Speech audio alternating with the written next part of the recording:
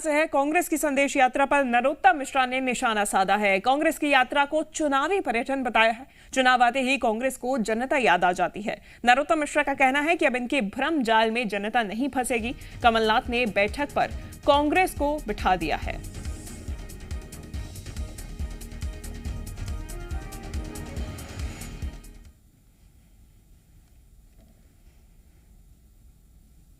ये चुनावी पर्यटन भी कहलाता है।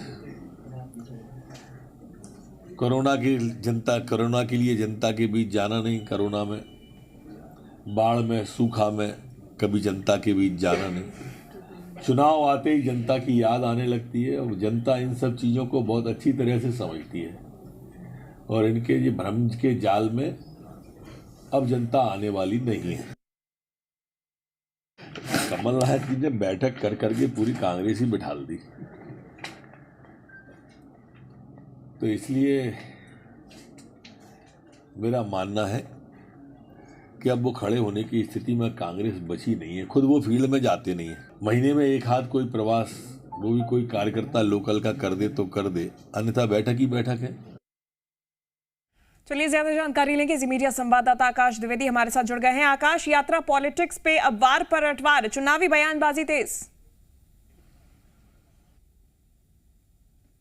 निश्चित तौर पर, क्योंकि आज देखिए कांग्रेस पार्टी एक नई यात्रा पिछड़ा वर्ग विभाग के नेतृत्व में निकालने जा रही है। उसी को लेकर अब सियासी बयानबाजी तेज हो गई है, क्योंकि यात्रा न सिर्फ कांग्रेस पार्टी में बल्कि भारतीय जनता पार्टी में भी निकल रही है। विकास यात्रा, इसके पहले जो जनजातीय गौरव यात्राएं निकली, और अब कांग्रेस ने प्लान तैयार किया है कि वो यात्रा के जरिए घर घर पहुंचकर लोगों को अपनी नीतियों से रूबरू कराएंगे।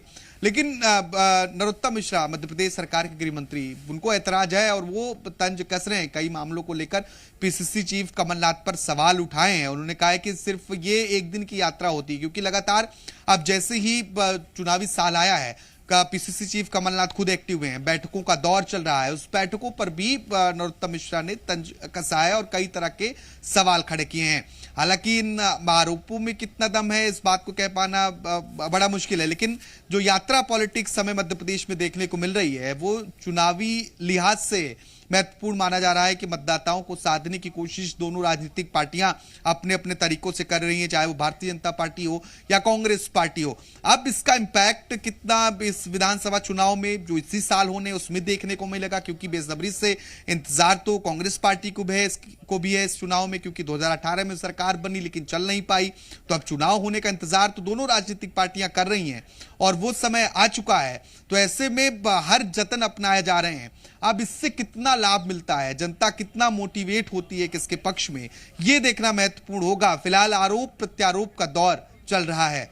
बिल्कुल आकाश, आरोप प्रत्यारोप का दौर जारी है। चुनावी पर्यटन बताया जा रहा है। यात्रा को, भारत जोड़ो यात्रा जब आई थी तब भी यही कुछ कहा गया था भाजपा की तरफ से। बिल्कुल, जब भारत जोड़ो यात्रा मध्य प्रदेश में प्रवेश कर रही थी और जब शुरू हुई थी, तब भी इसी तरह की आरोप भारतीय जनता पार्टी ने लगाए थे और भारत जोड़ो यात्रा कांग्रेस के नेताओं के लिए ऐसे शब्दों का प्रयोग बीजेपी ने कई बार किया। लगातार इसी के सहारे पूरी जो भारत जोड़ो यात्रा मध्य प्रदेश में, इसको लेकर तरह तरह की बयानबाजी हुई।